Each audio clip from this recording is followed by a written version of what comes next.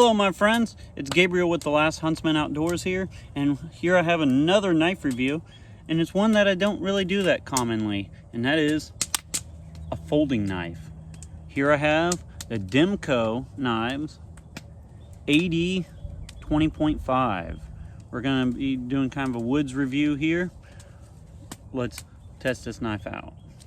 All right off the bat, you should not baton a folding knife. However, I actually believe in the build quality of the Demko AD20.5, so I'm going to go ahead and baton it.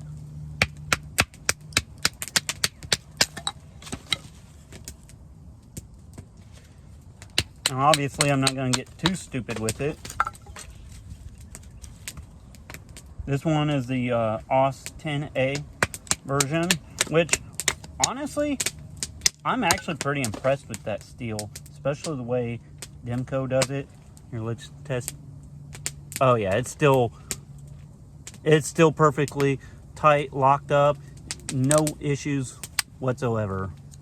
All right, here I have the Demko AD20.5. Now I know when I first started seeing the Demko knives, I was right off the bat just pretty interested with them. And all that being said, I'm not really a big folder guy. I don't just obsess over folders. I don't like sit there and study, you know, whether it has washers or ball bearings or all that stuff. Honestly, I don't even know which one this one has. But to be totally honest, I don't really care either. I just know it's super smooth opening up, has that shark lock, which I've actually become a fan of. It is fidgety and fun to play with. Now this one is one of their lower end models. It's the AD20.5. They have some that are in much more premium steels and titanium handles and all that good stuff. The way I use pocket knives, AD20.5 is just fine with me. For more often than not, I'm just cutting some food with this and or cutting feed bags open. Sorry, I got fire going next to me and some of the smoke's getting on my face. Anyways, yeah, I'm mostly just cutting feed bags open or cutting packages open at work and stuff. So I'm not like beating the ever-living crap out of this knife, or I don't really even feel like I need some like super steel. Now, something else to kind of take note on too is I chose the 20.5 because I wanted the smaller one, because I also carry a fixed blade on me. So because I carry a fixed blade, I don't feel like I need like the biggest, most robust, you know, pocket knife. I just go with something that's a little bit smaller. One thing to take note on is it is actually fairly easy to open the knife with gloves on when it's winter. I'm just going to do some slicing with it, just kind of get a feel for it. I will say I was super impressed with the edge right out of the box. I've gotten some knives in general and even folders that I wasn't even super impressed with the edge, and I felt like I had to do a lot of edge work right out of the box. But this one came just really, not only did it come with a sharp edge, but it came with a great edge geometry right out of the box. And guess I'll get a feel for that AD20 steel too.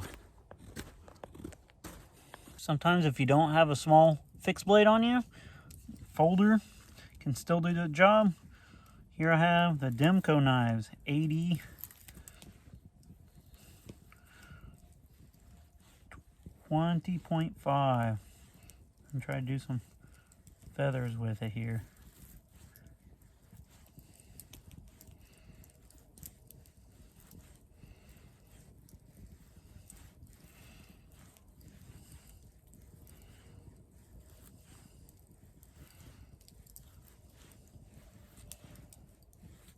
This knife actually does really good feather work.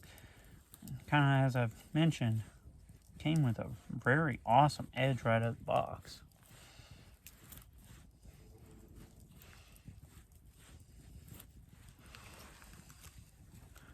Pretty good for a little folding knife. All right, something else to kind of be noted on with the Demko AD20.5 is I generally like a smaller, I don't know, I'd say right around 3-inch pocket knife, and I like one that's actually fairly slim.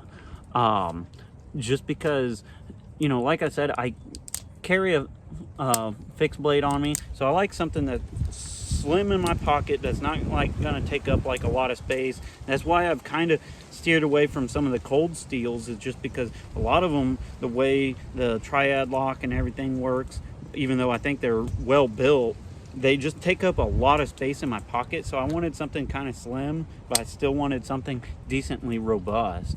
And they have a few different blade shapes. I chose the Warncliffe, or I think they call it the shark's foot or something like that, but it's a Warncliffe style, just because I find a Warncliffe style blade actually fairly useful.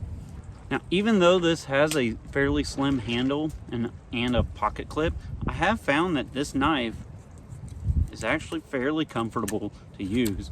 So I'm just going to do a little bit of like that ninja death grip and some slicing. And that's something else that I've found too. I've heard some people complain that because they use AS10A. Now I'm gonna go on kind of a caveat there with that. In my honest opinion, blade geometry and how well the steel is done is more important than the actual steel itself. And from my experience with Demko, they are doing an amazing job with AS10A. And to put something in perspective, I feel like this knife actually has a little better edge retention and just is a much better pocket knife than even like the Tops MSFG with LMAX, which I love LMAX steel. LMAX steel is probably one of my favorite steels, but I actually found that I've had better results with this knife in AS10A, just because I think Demko, quite frankly, has a little better and higher standards, in my honest opinion. I'm just going to do some cordage cutting here, just kind of see what I get.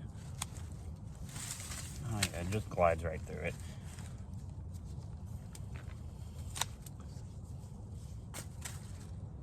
Like nothing.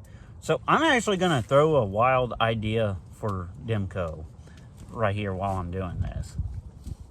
I think Demko needs to come out with a fixed blade, like an EDC fixed blade version of this knife. Like have the same Warncliffe style, maybe more of like a 3.5-inch blade, and keep the same handle shape and just make it a fixed blade.